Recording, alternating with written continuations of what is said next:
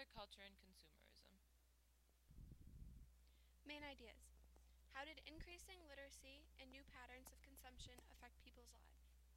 What effect did consumption have on the range of leisure activities and the new food products of this time? Popular literature. There was an increase in the amount of literate people, which was mainly because of the surge in childhood education. And very popular books included the Bible, which was probably the most popular, especially in Protestant countries. And there were also little chapbooks, which featured Bible stories. There were also very entertaining and humorous stories, which included fairy tales, medieval romances, true crime stories, and fantastic adventures. There were also practical literature stories, which included things about rural crafts and household repairs, and there were also almanacs, which were very popular. They had things in them like agricultural schedules and other facts and jokes. And then urban people were exposed to new ideas from works such as Thomas Paine's Common Sense, which sold 120,000 copies in its first months of publication. And they also got a lot of Enlightenment ideas through rumors and gossip that spread through city streets, workshops, markets, cafes, and taverns. And there were also pretty cheap pamphlets that they could access to help with Enlightenment ideas. So they did still have Enlightenment ideas even though they were just urban working people. This is a picture of Little Red Riding Hood, which was a popular story back in the 18th century. It kind of shows how important the fairy tales were during the time period and how popular they were. Leisure and recreation. There were lots of get togethers with talking, singing, storytelling, and then there were a lot of girls who would like to chat and sew and spin. And then a lot of the guys like to go to taverns and drink and talk with their friends. Um, Other leisure activities included town and city amusements like pleasure gardens, theaters, lending libraries, spectator sports, and blood sports. Blood sports included sports such as bull baiting and cockfighting, which were both pretty gruesome. In bull baiting, the bull was usually staked on a chain in the courtyard of an inn, and they would be attacked by a ferocious dog, and then the people at the inn would usually watch. And then in cockfighting, two roosters were put against each other, and they would slash and claw at each other until one of them was the winner and the other one just died, unfortunately. It was very sad, but they thought it was entertaining. Another leisure activity was the carnival, which kind of merged religion with recreation, and it was right before Lent, so it was very popular. And then there was a lot of drinking and masquerading and partying. So all these leisure activities kind of went to the consumption of the time because you had to pay for the blood sports and the spectator sports, and like the carnival was expensive and going to the theater. So the consumptionism of the time was reflected in the leisure activities. This is just a picture of a coffee house where a lot of the people of the time would go to talk and gossip and spread Enlightenment ideas or just like chat about other things. This is just getting more into detail about the carnival, which was very popular, especially in Venice. It kind of made Venice the magnet of Europe, and it was a great tourist attraction. There were a lot of people who went to Venice for the carnival there, and some of the things that the carnival included were parties, entertainments, masks, theaters, and public gaming houses, which people could go and watch some spectator events. So, carnival was obviously a pretty important part of the pop culture of the time period. Okay, so next is new foods and appetites. At the beginning of the 18th century, men and women depended on grain. Pretty much that was basically what they soul depended on, especially bread, which was like the main thing that they consumed. also believed in just price, which was basically the idea that prices should be fair and would protect both consumer and producers, and that they should be imposed by government decree if necessary. Um, During this time, the rural poor ate a fair quantity of vegetables, mainly peas and beans, which they would grow in the fields, grow in their crop fields. Also, the common people of Europe ate less meat during the 18th century than they did in the 16th century, basically because their general standard of living had declined and meat was also more expensive. Also, there were a lot harsher laws on hunting and like eating game. During this time, markets provided a variety of foods, like a variety of meats, vegetables, fruits.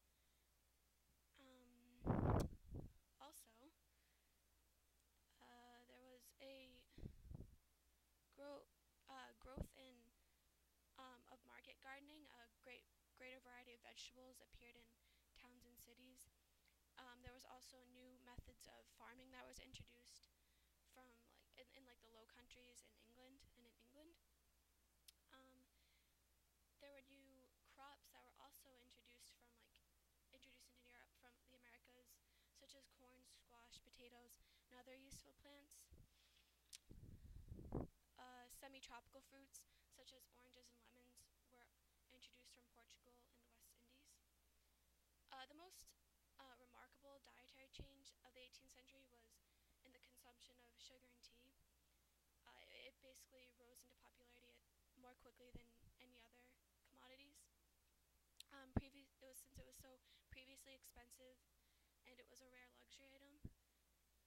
It was then available to all social classes because of the steady drop in prices, which was created by the expansion of colonial slave labor in the New World. Um, Also, colonial goods became very popular during this time because the quickened pace of work in the 18th century created a new need for stimulants among working people. Next is Toward a Consumer Society. And basically, this started with the Consumer Revolution, which was the growth in consumption and new attitudes toward consumer goods that emerged in cities of northwestern Europe in the second half of the 18th century. During this, new techniques to incite demand for goods came into play. This 18th century merchants cleverly came up with new ideas to incite demand, which included initiating marketing campaigns, like opening fancy boutiques with large windows to display things, advertising the patronage of royal princes and princesses also. Um, Clothing also became a major part of consumption. Entrepreneurs made fashionable clothing seem more desirable, while legions of women entering textiles and needle trades made it more cheaper for people to buy. This led to a dramatic rise in the consumption of clothing, particularly in large cities. Also, there was a huge spread of fashion during this time. It was primarily by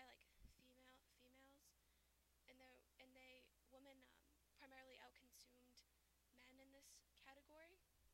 They would acquire larger and more expensive wardrobes than most of their husbands, brothers, and fathers. There was also changes in outward appearances that were reflected in inner spaces as new attitudes about privacy and intimate life also emerged. This was greatly reflected in the homes of people, and new levels of comfort and convenience accompanied this new trend toward a more individualized way of life.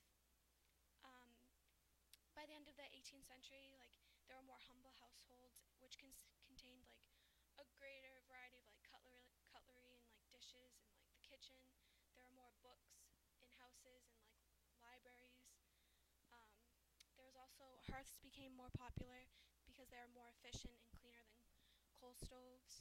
And basically, just during this time, the hygiene became better, and the houses became nicer and warmer and just overall more friendly.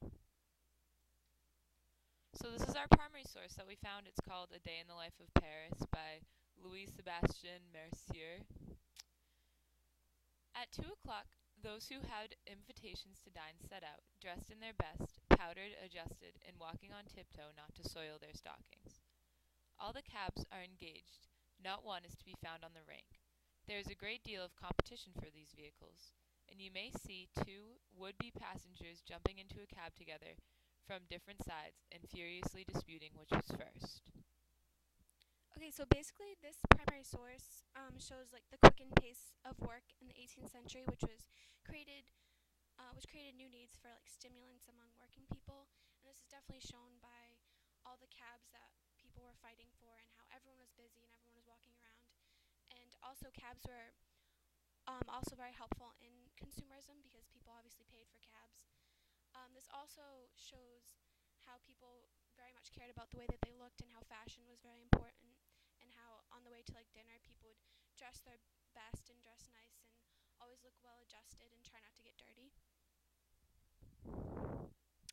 Okay, so this is just a picture of the fashion during the time and how it was very extravagant and obviously very expensive, which helped in consumerism. There was colors, there was fabulous embroidery, and basically stuff like that. Okay, so in conclusion, there was an increase in literacy, which allowed commoners to read a large number of texts, which include obviously the Bible and all like the all those other little texts, like the religious pamphlets, the how-to manuals, and like all the fantasies and everything like that. But also oral tradition continued, which led to fairs, festivals, and obviously spectator sports. Urban population benefited from the growing agriculture and industrial production. There was a greater variety of food products, and new food became available, especially from America and other parts of Europe. There was the standards of comfort and hygiene also increased, especially in the home, which we talked about. And lastly, there was an emergence of consumer society, offered new possibilities for self expression and